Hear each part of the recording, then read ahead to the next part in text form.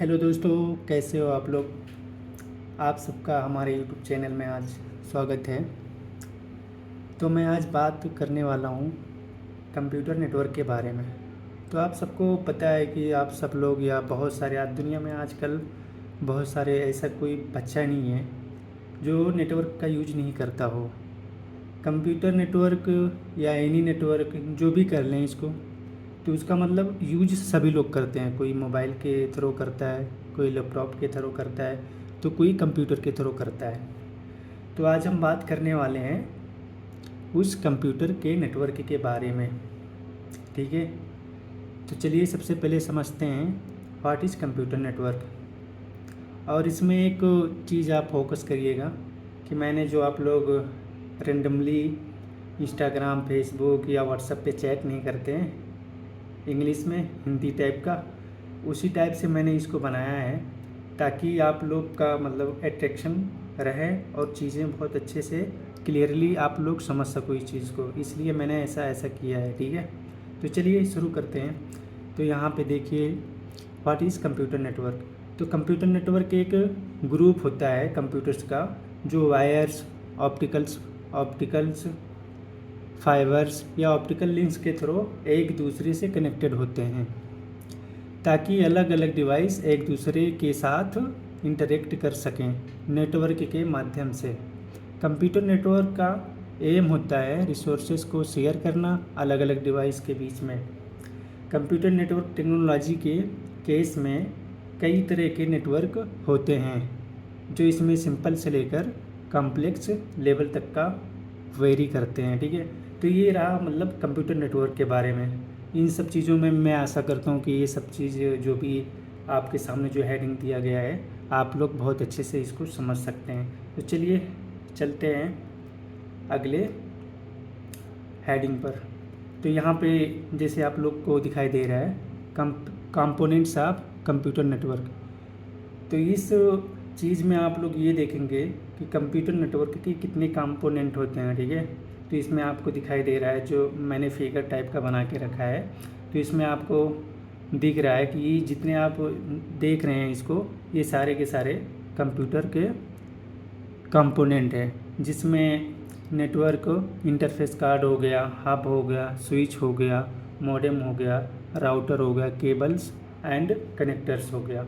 इसमें आप थोड़ी सी एक गलती हो गई तो इसमें देख लेना, जो ये नेशनल लिखा हुआ है यहाँ पे नेटवर्क होगा। ठीक है, तो चलिए एक एक को हम आगे एक्सप्लेन करते हैं।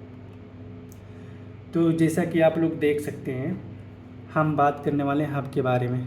तो हब एक सेंट्रल डिवाइस होता है। ठीक है, एक सेंट्रल डिवाइस होता है जिससे जितने भी कंप्यूटर्स होते हैं या नेटवर्किंग डिवाइसेस होते हैं इसी से कनेक्टेड होते हैं। यहाँ पे जैसे देख लीजिए इसमें ये फिगर में दिखाया गया है।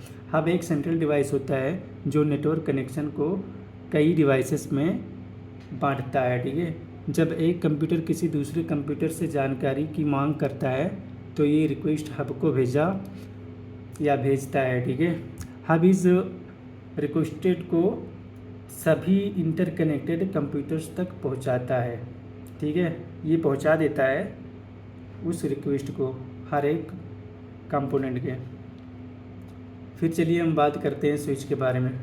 तो जैसा आप इसमें मैंने फिगर भी डाल दिया है कि ताकि मतलब जो ये ज़्यादा आप इस पे फोकस मत करिएगा, क्योंकि ये डिज़ाइन जो इसका होता है अलग अलग होता रहता है, टाइम टू टाइम वेरी करता रहता है, चेंज होता रहता है। तो इस पे फोकस मत कीजिए, बस थोड़ा मतलब काफ़ी, क्योंकि देखो जो हम चीज़ों को देखते हैं ना बहुत अच्छे से मेमोराइज हो जाता है, इसलिए मैंने फिगर डाल दिया है ताकि बहुत अच्छे से आपके माइंड में स्विच कर जाए। सॉरी, मतलब जो भी है स्विच भी कर कह सकते हैं, बैड है।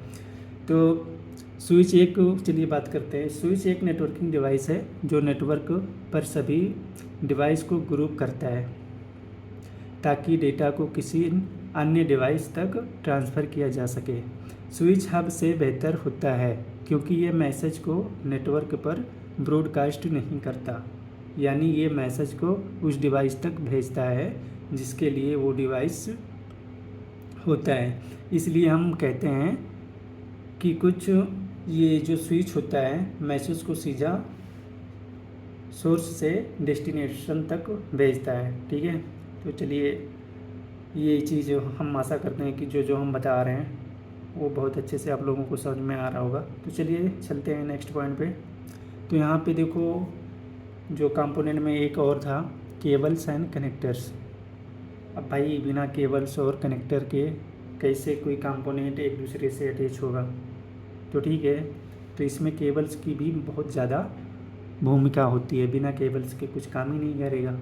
ठीक, तो केबल्स एक ट्रांसमिशन मीडिया होता है, ठीक है, जो कम्युनिकेशन सिग्नल को ट्रांसमिट करता है। केबल के 3 प्रकार होते हैं।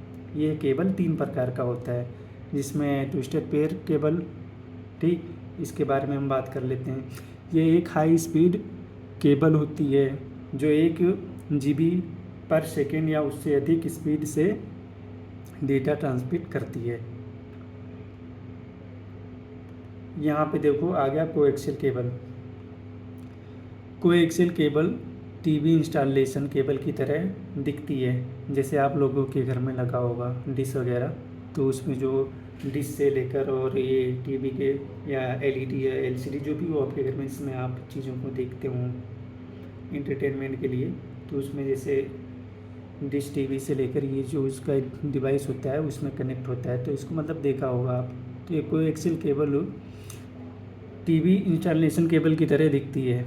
Coaxial cable twisted pair cable से ज़्यादा महंगी होती है, लेकिन ये हाई डेटा ट्रांसमिशन स्पीड को प्रोवाइड करती है। अगला है मेरा फाइबर ऑप्टिक केबल। ये जो फाइबर ऑप्टिक केबल है एक हाई स्पीड केबल होती है जो डेटा को लाइट बीम्स के माध्यम से ट्रांसमिट करती है। यानी कि ये डेटा जो लाइट के फॉर्म में ट्रांसमिट करता है ना, तो उसकी जो लाइट की स्पीड, पता ही है आप लोगों को कि लाइट की स्पीड कितनी होती है, उसी टाइप से ये डेटा को बहुत अच्छी स्पीड से ट्रांसमिट करता है। ये अन्य केबल के मुकाबले में high data transmission speed provide करती है। ये ज़्यादा महंगी होती है, इसलिए इसे आमतौर पर गवर्नमेंट लेवल पर इंस्टॉल किया जाता है, ठीक है, क्योंकि ये बहुत महंगी होती है। फिर हम बात करते हैं राउटर्स के बारे में। राउटर एक डिवाइस होता है जो लैन को इंटरनेट से कनेक्ट करता है। राउटर का प्रमुख उपयोग अलग अलग नेटवर्क को कनेक्ट करने या इंटरनेट को कई कंप्यूटर से जोड़ने के लिए किया जाता है। तो यहाँ पे मैंने पिक भी डाल दिया है इसका, तो ये जो पिक्चर देख सकते हैं आप, इसमें मतलब कोई अलग अलग डिज़ाइन, तो मतलब काफ़ी अलग अलग डिज़ाइन का होता है, कोई ज़रूरी नहीं कि एक ही सेम ही डिज़ाइन का होता है। तो मतलब कोई किसी भी डिवाइस को हम डिज़ाइन या मैन्युफैक्चर के अकॉर्डिंग नहीं जज कर सकते, उसका मतलब ऐसे ही होता है, कभी कभी चेंज हुआ करती है, बहुत सारी चीज़ें आती हैं जाती हैं। तो चलिए नेक्स्ट पे बात करते हैं मॉडेम के बारे में। मॉडेम कंप्यूटर को इंटरनेट से एग्जिस्टिंग टेलीफोन लाइन के थ्रू कनेक्ट करता है। मॉडेम कंप्यूटर मदरबोर्ड के साथ इंटीग्रेट नहीं होता। मॉडेम एक अलग पार्ट होता है जो मदरबोर्ड पर आए जाने वाले पीसी स्लॉट में इंस्टॉल किया जाता है, ठीक है, ये हो गया मॉडेम। तो फिर अगले पे बात करते हैं नेटवर्क इंटरफेस कार्ड, यानी कि जिसको एनआईसी बोलते हैं, ठीक है। तो इसके बारे में बात कर लेते हैं। नेटवर्क इंटरफेस कार्ड एनआईसी, जिसे नेटवर्क एडेप्टर भी कहा जाता है, ठीक है, एक हार्डवेयर कंपोनेंट है जो एक कंप्यूटर या डिवाइस को एक नेटवर्क से कनेक्ट करने की सुविधा प्रदान करता है।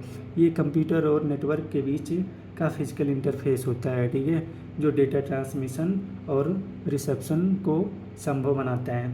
एनआईसी या तो मदरबोर्ड में बिल्ट इन हो सकता है या एक एक्सपेंशन कार्ड के रूप में ऐड किया जा सकता है, यानी कि उसको अलग से भी ऐड कर सकते हैं। ये 2 प्रकार की होती है, ये वायर्ड और वायरलेस दोनों होता है। दोनों तरह के नेटवर्क कनेक्शन के लिए ज़रूरी होता है। वायर्ड कनेक्शन के लिए एनआईसी में एक पार्ट होता है जिसे उस पोर्ट में उसको कनेक्ट करते हैं, जैसे ईथरनेट पोर्ट हो गया एक फिजिकल केबल के लिए, जबकि वायरलेस कनेक्शन के लिए इसमें आमतौर पर एक एंटीना होता है वाईफाई सिग्नल के लिए। तो एनआईसी की अब ये हो गया ना, तो एनआईसी के जो अब उसके फंक्शन के बारे में शामिल होते हैं। एनआईसी के मुख्य फंक्शन में शामिल हैं, अब यहाँ पे जैसे आप देख सकते हैं कि इसके जो डेटा ट्रांसमिशन का हो गया, डेटा लिंक लेयर का हो गया, एड्रेसिंग का हो गया, ठीक है। तो इसी में काम करता है। फिर अगले में हम बात कर लेते हैं, इसी में अगले पेज पे चलते हैं। नेटवर्क इंटरफेस कार्ड दो प्रकार का होता है, ठीक है, वायरलेस एनआईसी और वायर्ड एनआईसी। तो वायरलेस एनआईसी सभी मॉडेम लैपटॉप, ठीक है, जो ये होता है वायरलेस एनआईसी, सभी जो मॉडर्न लैपटॉप वायरलेस एनआईसी का उपयोग करते हैं। वायरलेस एनआईसी में एक एंटीना का उपयोग करके कनेक्शन बनाया जाता है जो रेडियो वेव टेक्नोलॉजी का इस्तेमाल करता है। अब वायर्ड एनआईसी, इसके बारे में बात कर लेते हैं। वायर्ड एनआईसी में केबल्स का उपयोग किया जाता है मीडियम पर डेटा ट्रांसफ़र करने के लिए। तो आज के लिए हमारे चैनल में बस इतना ही, और अगर आप लोगों का इस रिस्पॉन्स अच्छा रहा तो मैं इसके आगे के वीडियो ऐसे ही बना के डालता रहूँगा पूरा का पूरा। ये भाई सभी के लिए है, चाहे कोई बिजनेस हो या मतलब नेटवर्क सीखना चाहता है, या बहुत ज़्यादा जैसे कोई कोर्स कर चुका हो, एमसी हो गया, बीटेक हो गया, तो मतलब ये चीज़ हर कोई देख सकता है। और जनरल नॉलेज के लिए भी आप इसको देख सकते हैं। तो उस लेवल का ये वीडियो है, ठीक है। धन्यवाद।